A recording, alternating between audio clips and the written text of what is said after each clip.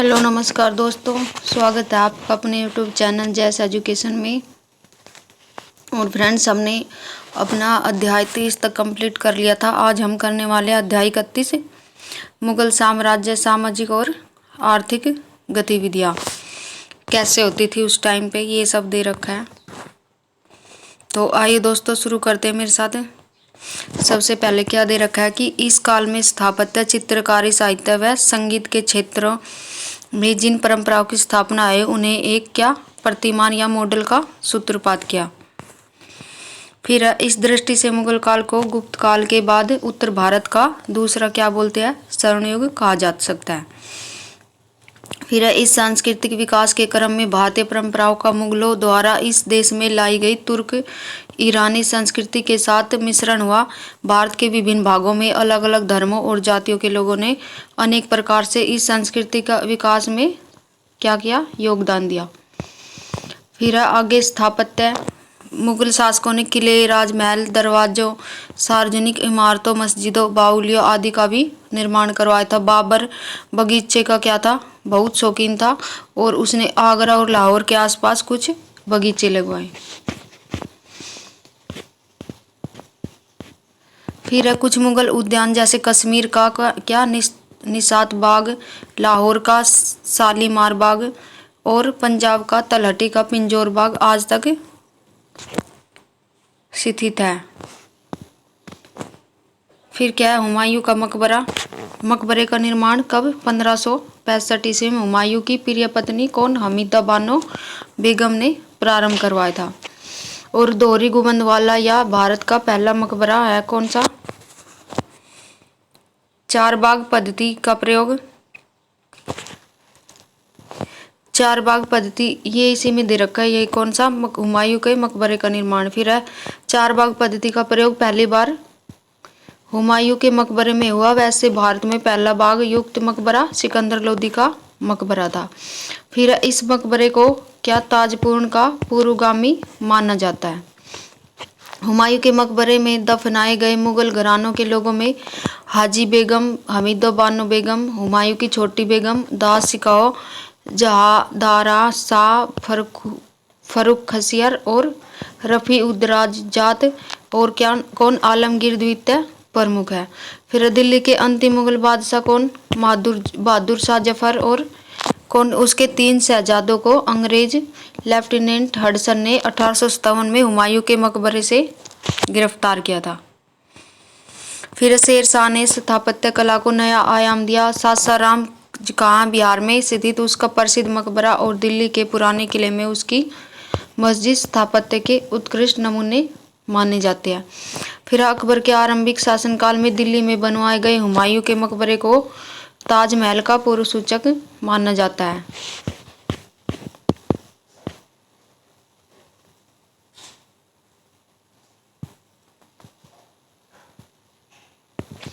हुमायूं के मकबरे का निर्माण हुमायूं की पत्नी ने हमीदा बानो बेगम के अपने पति की मृत्यु के कितने 8 वर्षों के बाद 1564 ईस्वी में आरंभ करवाया था। फिर इस मकबरे की नक्काशी फारसी शिल्पकार मलिक मिर्जा गयास ने तैयार की थी। किसने, मलिक मिर्जा गयास ने। यह हुमायूं के प्रति श्रद्धांजलि का प्रतीक माना जाता है। यह मकबरा ईरानी शैली पर आधारित भारतीय स्थापत्य कला का सुंदर नमूना है। फिर अकबर ने आगरा से कितने 36 किलोमीटर दूर फतेहपुर सीकरी में 1572 ईस्वी में एक राजमहल सह किले का निर्माण आरंभ किया। फिर क्या दे रखा है, जोधाबाई फतेहपुर सीकरी में बादशाह अकबर का सबसे सुंदर भवन संरचना जोधाबाई महल था। फिर एक विशाल कृत्रिम झील से युक्त पहाड़ी पर बने इस किले में गुजरात और बंगाल शैलियों की कई इमारतें शामिल थी। इनमें और क्या थी, गहरी गुफाएं और छज्जे और सुंदर छतरियों का भी उपयोग किया गया है। फिर अकबर ने आगरा और फतेहपुर सीकरी दोनों स्थानों में किए गए निर्माण में व्यक्तिगत रुचि ली। दीवारों और छतों में सजावट के लिए प्रयोग की गई चमकीली नीली टाइलों में फारसी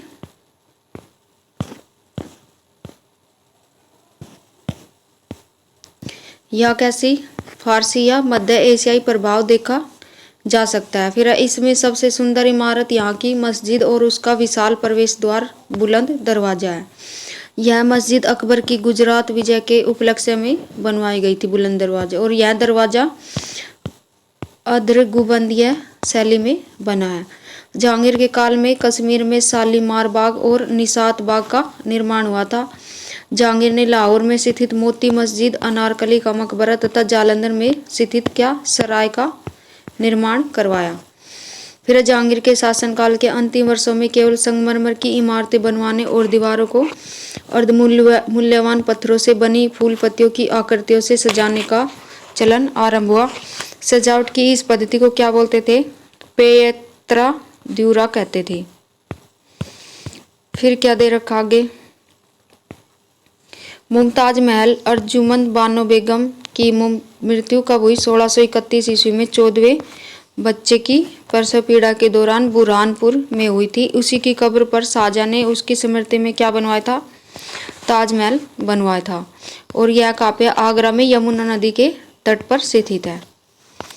फिर 1632 में ताजमहल का निर्माण कार्य प्रारंभ हुआ और इसको डिजाइन करने वाला कौन था? उस्ताद अहमद लाहौरी था। कौन था? उस्ताद अहमद लाहौरी, और जिसको शाहजहां ने नादिर उल उसर की उपाधि दी थी। फिर शाहजहां के शासनकाल में मस्जिद निर्माण कला अपनी पराकाष्ठा पर पहुंच गई थी। इसके दो उत्कृष्ट नमूनों में से पहला आगरा के किले की मोती मस्जिद, जो ताज की तरह संगमरमर की बनी हुई है, और दूसरी कौन सी? लाल बलुई पत्थर से बनी दिल्ली की जामा मस्जिद, जिसमें एक विशालकाय क्या दरवाजा और ऊंची पतली मीनारें और कई गुंबद इस मस्जिद की मुख्य विशेषताएं हैं। फिर क्या? 1638 में शाहजहां ने दिल्ली में अपने नाम पर क्या शाहजहानाबाद नामक 7वां नगर, नए नगर की स्थापना की और उसे अपने साम्राज्य की क्या बनाया? राजधानी। यह लगभग 9 वर्षों में तैयार हुआ और इसका निर्माण कार्य हमीद और किसने? अहमद शिल्पकारों के संरक्षण में हुआ था। फिर फतेहपुर सीकरी नामक स्थल आगरा जिले में स्थित है। 1527 ईस्वी के खानवा के युद्ध के दौरान बाबर इस स्थल पर प्रथम बार आया और युद्ध जीतने के पश्चात इस स्थल को क्या नाम दिया? सीकरी नाम दिया। फिर अकबर ने 1571 ईस्वी में इसे अपनी क्या बनाया था? राजधानी बनाया था। फतेहपुर सीकरी का निर्माण कब? 14-15 वर्षों में हुआ था। इसके महत्वपूर्ण भवन खास महल, हवा महल, हिरन मीनार, दीवान ए आम, दीवान ए खास, जोधाबाई का महल, शेख सलीम चिश्ती का मकबरा, पंचमहल, बुलंद दरवाजा, बीरबल का महल इत्यादि है। फिर है अकबर का मकबरा एकमात्र कैसा है? गुंबदविहीन मकबरा है। और एतमादुद्दौला के मकबरे में पेत्रा द्यूरा का प्रयोग हुआ। यह ईरानी शैली में निर्मित है। फिर ताजमहल की सबसे आकर्षक विशेषता विशाल गुंबद और छीणकाय मीनारें हैं, जो चबूतरे को मुख्यतः इमारत से जोड़ती है। फिर औरंगजेब ने हरियाणा में पिंजौर बाग का निर्माण करवाया था। किसका? पिंजौर बाग का। किसने? औरंगजेब ने, हरियाणा में। फिर चित्रकला के बारे में, मुगल चित्रकला शैली में भारतीय, ईरानी तथा फारसी शैलियों का मिश्रण है। और मुगल चित्रकला की सबसे महत्वपूर्ण कृति कौन सी मानी जाती है? हमजानामा एक ऐसी दुर्लभ पांडुलिपि है जिसमें लगभग 1200 चित्र है। फिर चित्रकला के क्षेत्र में मुगलों ने विशिष्ट योगदान दिया। उन्होंने चित्रकला में नए विषयों का समावेश किया, जैसे दरबार, शिकार, युद्ध के दृश्य आदि। कुछ प्रांतीय राज्यों जैसे मालवा और गुजरात ने भी 15वीं सदी में चित्रकला को परिचय दिया। फिर हुमायूं ईरान से 2 चित्रकार मीर सैयद अली और कौन? अब्दुस समद को अपने साथ लाया था। हुमायूं ने सैयद अली को क्या? नादिर उल उसर और तथा अब्दुस समद को श्री कलम की उपाधि दी। फिर अब्दुस समद की कुछ कृतियां गुलशन चित्रावली में संकलित है। दसवंत और बसावन अकबर के दरबार के क्या थे? 2 प्रमुख प्रसिद्ध चित्रकार थे। फारसी कथाओं को चित्रित करने के अतिरिक्त चित्रकारों को शीघ्र ही महाभारत के फारसी अनुवाद, ऐतिहासिक रचना, अकबरनामा और दूसरी पुस्तकों को भी चित्रों से सजाने का दायित्व सौंपा गया। फिर आगे जहांगीर के काल में लघु चित्र लोकप्रिय हुए। जहांगीर की रुचि चित्रकला में इतनी गहन और पारखी थी कि वह प्रत्येक चित्रकार को उसकी चित्रकारी शैली से पहचान लेता था। फिर उस्ताद मंसूर मुराद, बिसनदास और अबुल हसन उसके क्या थे, दरबार के प्रसिद्ध चित्रकार थे। फिर अबुल हसन को नादिर उल जमा की उपाधि मिली और जहांगीर के गद्दी पर आसीन होने पर एक चित्र तैयार किया जिसे बाद में तुजू के जहांगीरी के मुख्य पृष्ठ पर लगा दिया गया। इसने ड्यूटर के संत जॉन पॉल की तस्वीर बनाई थी। फिर मंसूर को नादिर उल उसर की उपाधि मिली। यह प्राकृतिक दृश्यों तथा पशु पक्षियों के चित्र बनाने में क्या था, निपुण था। फिर यूरोपीय प्रभाव वाले चित्रकार में मिस्किन सर्वश्रेष्ठ था। भारतीय रंगों का जैसे मयूरी, नीले और लाल रंग का उपयोग अधिक किया जाने लगा। जहांगीर के शासनकाल में मुगल चित्रकारी अपनी प्रकाष्ठा पर थी, मतलब कि ऊंची पहुंच पर थी। मुगल चित्रकला के केंद्र में यह चलन था कि वह एक चित्र में लोगों की आकृतियों के विभिन्न अवयवों का चित्रण अलग अलग चित्रकार करते थे। जहांगीर का दावा था कि वह किसी भी चित्र में अलग अलग चित्रकारों के योगदान की पहचान कर सकता है। फिर अकबर के अधीन पुर्तगाली पादरियों ने दरबार में यूरोपीय चित्रकला का समावेश किया। उनके प्रभाव के अधीन चित्र में दूर दिखने वाली आकृतियों को छोटा दर्शाने के सिद्धांत को अपनाया गया। चित्रकला की परंपरा शाहजहां के शासनकाल में भी जारी थी। फिर चित्रकला में औरंगजेब की रुचि के अभाव के कारण, किसकी रुचि नहीं थी, औरंगजेब की चित्रकला में, दरबार के कलाकार देश के विभिन्न भागों में क्या हो गए, बिखर गए, अलग अलग जगह चले गए। इससे राजस्थान और पंजाब के पहाड़ी राज्यों में चित्रकार के विकास में सहायता मिली। राजस्थानी शैली की चित्रकारी में पश्चिम भारतीय या जैन शैली की पूर्ववर्ती परंपराओं का मिश्रण चित्रकारी की क्या है, मुगल शैलियों के साथ किया गया। इस प्रकार इस शैली की चित्रकारी में शिकार के दृश्यों के अतिरिक्त राधा कृष्ण की प्रेम लीला जैसे विषयों में बारहमासा और रागों के चित्रण को भी स्थान दिया गया। फिर क्या है, भाषा और साहित्य। अकबर के शासनकाल तक फारसी के ज्ञान का इतना प्रचलन था कि अब राजस्व के दस्तावेज फारसी के साथ साथ स्थानीय भाषा में भी रखने की आवश्यकता समाप्त हो गई।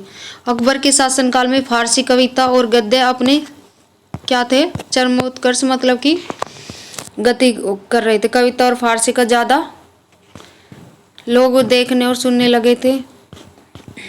फिर अबुल फजल एक क्या थे, महान विद्वान, शैलीकार और इतिहासकार था। और उसका भाई कौन, फैजी, उस युग का क्या था, प्रमुख कवि था। और वह अकबर के अनुवाद विभाग में भी कार्यरत था। महाभारत का अनुवाद उसी के निरीक्षण में किया गया था।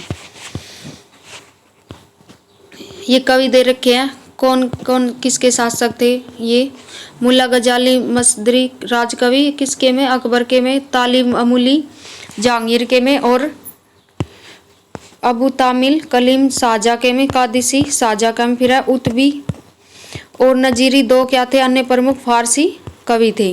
फारसी साहित्य के विकास में हिंदुओं ने भी योगदान दिया था। यद्यपि इस काल में संस्कृत में महत्वपूर्ण और मौलिक रचनाएं नहीं की गई, तथापि इस काल में लिखी गई संस्कृत पुस्तकों की संख्या क्या थी, बहुत अधिक थी।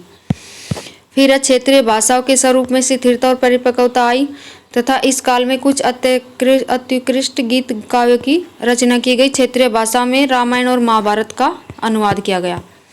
फिर मुगल कालीन साहित्य दे रखे, रामायण किस भाषा में, फारसी भाषा में। लेखक कौन थे, बंदायूनी।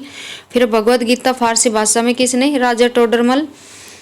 और योग वशिष्ठ फारसी में दारासिको। अर्थवेद फारसी में सरहिंद। फिर पंचतंत्र फारसी में मौलाना शाह मोहम्मद साहबादी। फिर लीलावती गणित की पुस्तक फारसी में फैजी। कालिया दमन फारसी में अबुल फजल दे रखे हैं ये अलग अलग। बाबरनामा फारसी में किसने, अब्दुल रहीम खान ने खाना। और अकबरनामा अबुल फजल ने फारसी में ही। हुमायूं नामा फारसी में गुलबदन बेगम। तुजू के बाबरी तुर्की में बाबर ने स्वयं लिखी थी। तुजू के जहांगीरी किसने, फारसी में जहांगीर ने। मोतमिद खां और मोहम्मद हादी ने। मुंतखब उल तवारिक फारसी में अब्दुल कादिर बंदायूनी। फिर इकबालनामा ए जहांगीरी फारसी में, ये आप पढ़ लेना इनको। फिर अकबर के समय हिंदी कवियों को मुगल दरबार में स्थान दिया जाने लगा। सबसे प्रभावशाली हिंदी कवि कौन, तुलसीदास थे, जिनके नाम कौन थे, नायक कौन थे, राम थे। और क्या लिखी थी तुलसीदास ने, रामायण की रचना की थी। फिर तुलसीदास ने हिंदी की बोली का प्रयोग किया और जो पूर्व उत्तर प्रदेश की क्या थी, जनभाषा के तौर पर प्रचलित। फिर तुलसी मुख्य रूप से एक मानवतावादी कवि थे जिन्होंने पारिवारिक आदर्शों का समर्थन किया, राम की भक्ति को मोक्ष का मार्ग बताया। एकनाथ तुकाराम ने मराठी साहित्य को उसके शिखर पर पहुंचाया। फिर उर्दू का प्रथम काव्य संग्रह दीवान नाम से मोहम्मद कुली ने लिखा था। अकबर ने संस्कृत में क्या अल्लोय निषद नामक एक छोटा उपनिषद की रचना करवाई। जगन्नाथ पंडित शाहजहाँ के दरबारी कवि थे, इसने इन्हें महाकवि की उपाधि दी और गंगा लहरी, रस गंगाधर इनकी क्या थी, प्रमुख रचनाएं थी। फिर सुंदर श्रृंगार के कवि को सुंदर को शाहजहाँ ने महाकवि राय की उपाधि दी थी। फिर संगीत के बारे में मुगल साम्राज्य में कैसे होता था। अकबर ग्वालियर के प्रसिद्ध गायक कौन? अकबर के ग्वालियर के प्रसिद्ध गायक तानसेन का संरक्षक था और तानसेन एक ध्रुपद गायक तथा अकबर के नवरत्नों में से एक थे।